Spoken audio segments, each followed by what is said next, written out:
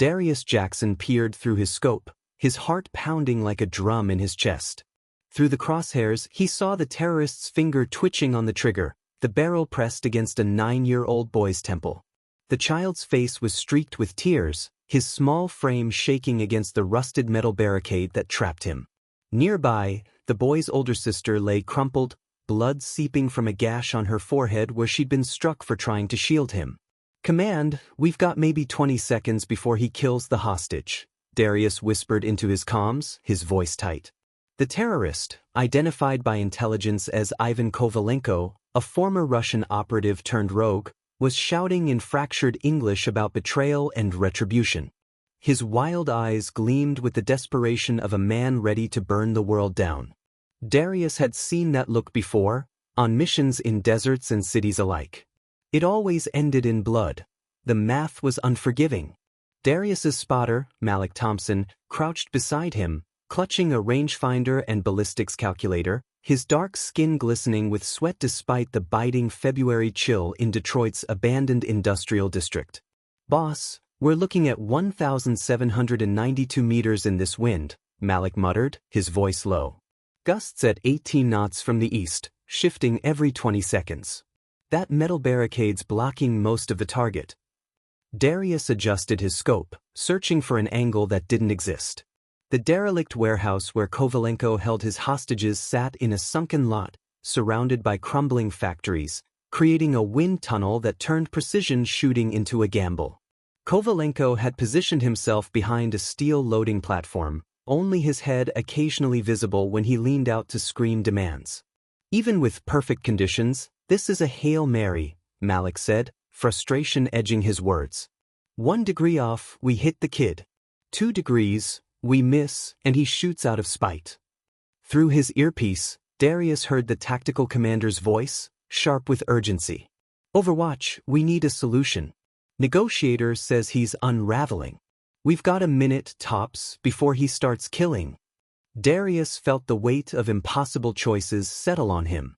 In his 12 years as a federal sniper, he'd made shots others called legendary. But this was asking him to defy physics while a child's life hung in the balance. Kovalenko's finger tightened on the trigger, the subtle shift of a man about to kill. "Malik, what if we wait for a wind drop?" Darius asked, already knowing the answer. "No good, boss. Forecast says it's only getting worse. Storms rolling in from Lake Erie." Malik's voice was grim, like he was reading a death warrant. "I've run the numbers 5 ways. The variables are too wild. It's like shooting through a tornado." Below, Kovalenko pressed the gun harder against the boy's head. The child's lips moved silently, maybe a prayer, maybe a plea. The boy's father, tied up nearby, thrashed against his ropes, blood dripping from his wrists. The scene was a nightmare of fear and fury.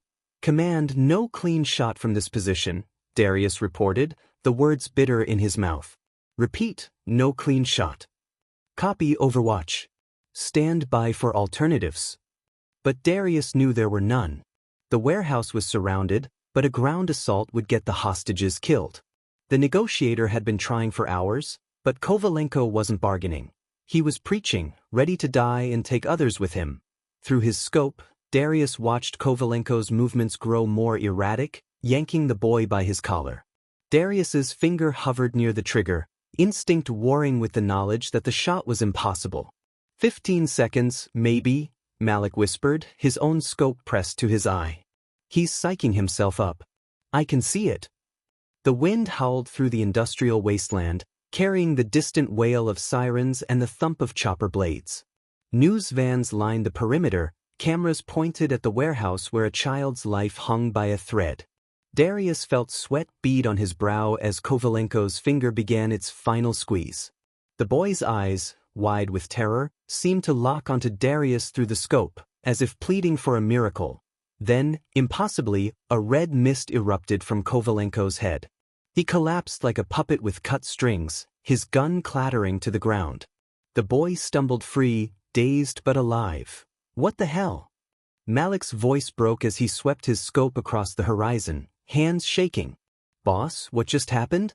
Kovalenko lay dead, a perfect headshot delivered through an impossible gap. The boy ran to his father, sobbing as Darius tried to process what he'd seen. One moment, Kovalenko was about to fire.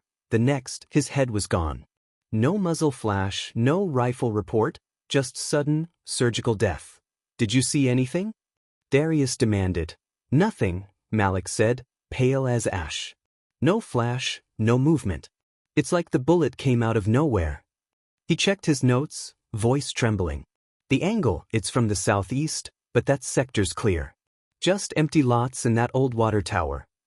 Chaos erupted over the comms. SWAT teams moved in, medics rushed to the hostages, and commanders demanded answers. The boy clung to his father, both alive against all odds, but Darius felt only dread, like ice in his veins. "Command, this is Overwatch," Darius said, voice steady despite his racing pulse. "Target down, hostages secure, but we did not take the shot. Repeat, we did not fire." "Overwatch, confirm, you didn't engage?" "Correct." Shot came from an unknown position. Darius swung his scope toward the southeast, scanning the barren lots and the rusted water tower. The area was a graveyard of abandoned machinery, perfect for hiding but impossible for the shot they'd just witnessed. The bullet had somehow threaded a needle through steel and wind. "There," Malik said suddenly, pointing. "The water tower, 2.1 clicks out. I saw something, just for a second." Darius focused on the tower, its skeletal frame looming over the lot. The platform was empty, had been for years. But something about it felt wrong. The angle was impossible. The bullet would have had to curve around the warehouse's steel walls. "Run the ballistics," Darius ordered. Malik's fingers danced over his calculator, inputting wind, distance, and trajectory. After a moment, he looked up, bewildered. "Boss, if the shot came from that tower, it traveled 2,214 meters, dodged a 17-knot crosswind, and passed through a gap maybe 5 inches wide. The shooter would have had to know exactly when Kovalenko moved." "What's the probability?" Darius asked. Malik stared at his numbers. 0. You'd need to see the future to make that shot. As SWAT secured the scene, Darius caught a glint from the tower's platform, gone in an instant. The feeling of being watched crawled up his spine. Malik locked down that lot. "Search every inch, tower, buildings, everything." "On it," Malik said, already on the radio. But Darius knew they'd find nothing. Whoever made that shot was gone, like a ghost in the wind. The forensics team arrived, their vans clustering around the warehouse. Detective Aisha Brooks, the FBI's ballistics expert, held up the recovered bullet, her hands unsteady. "This came from the southeast, about 2.2 kilometers, she said, voice low. "It passed through a gap no wider than 6 inches. And it's pristine, no tumbling, no velocity loss." "That's not possible." Darius stared at the bullet, a .338 Lapua Magnum round, perfect despite its journey. The trajectory defied logic, as if the bullet had known exactly where to go. Aisha pulled up security footage from a nearby traffic camera. At 4:12 and 19 seconds p.m., a faint shimmer appeared on the water tower's platform, like heat rising off asphalt. 3 seconds later, Kovalenko's had exploded. "Run it again," Darius said, leaning closer. The shimmer lasted a single frame, then vanished. No shooter, no equipment, just an impossible shot. Malik broke the silence. What if the shooter wasn't on the platform? The towers got maintenance ladders. They could have been anywhere along the structure. Aisha shook her head. "We checked every position. The angle's wrong. The bullet would have had to pass through solid steel." Dr. Jamal Carter, the FBI's consulting physicist, looked up from his laptop, his face pale. "I've modeled every trajectory, wind, gravity, Coriolis effect. There's no way a bullet could have reached Kovalenko from that tower. The steel walls create a ballistic shadow. This shot shouldn't exist." Darius returned to the water tower later, climbing its rusted ladder despite warnings. From the top, the warehouse was visible, but the steel walls blocked any clear shot. Then he saw it, a folded paper tucked into a weld in the platform's railing. With trembling hands, he opened it. Coordinates: 42.3314 degrees north, 83.0458 degree W. That the coordinates led to a derelict factory 10 miles away. A tactical team found a single .338 Lapua casing on the factory floor, still warm, matching the bullet from Kovalenko's skull. But the factory faced nothing but empty fields, no line of sight to the warehouse. Etched into the concrete beside the casing were the words, "Some shots transcend space. Some justice transcends time." Darius stared at the message, his mind reeling. The words had been burned into the floor with laser precision, but no equipment was found. The shot, the casing, the message, it all defied explanation. 3 weeks later, Darius sat in his Detroit apartment, the case file spread across his table. Nightmares plagued him, bullets curving like missiles, shadows moving through impossible angles. The official report called it an unknown sniper, but Darius knew better. His phone buzzed with a text from an unknown number. "Rooftop. Bring the casing." Against every instinct, Darius grabbed his gun and the casing, climbing to his building's roof. The city lights pulsed below, the February wind biting his skin. A figure stood at the edge, a woman cloaked in shadow, her posture radiating quiet power. "You've been asking questions, Agent Jackson," she said, her voice carrying a faint, unplaceable accent. "Questions that disturb truths not meant for you." "Who are you?" Darius demanded. "How did you make that shot?"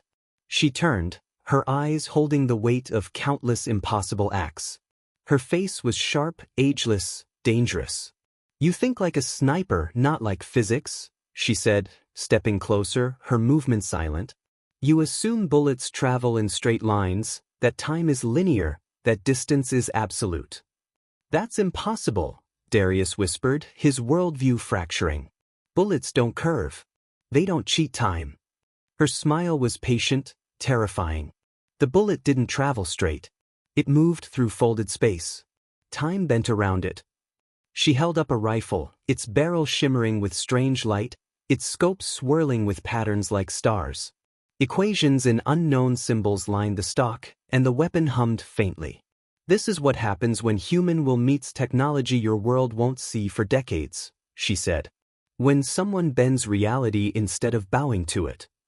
Darius's hand twitched toward his gun, but she shook her head. "You're thinking like an agent. Some problems aren't solved with arrests." "What are you?" he asked, voice raw.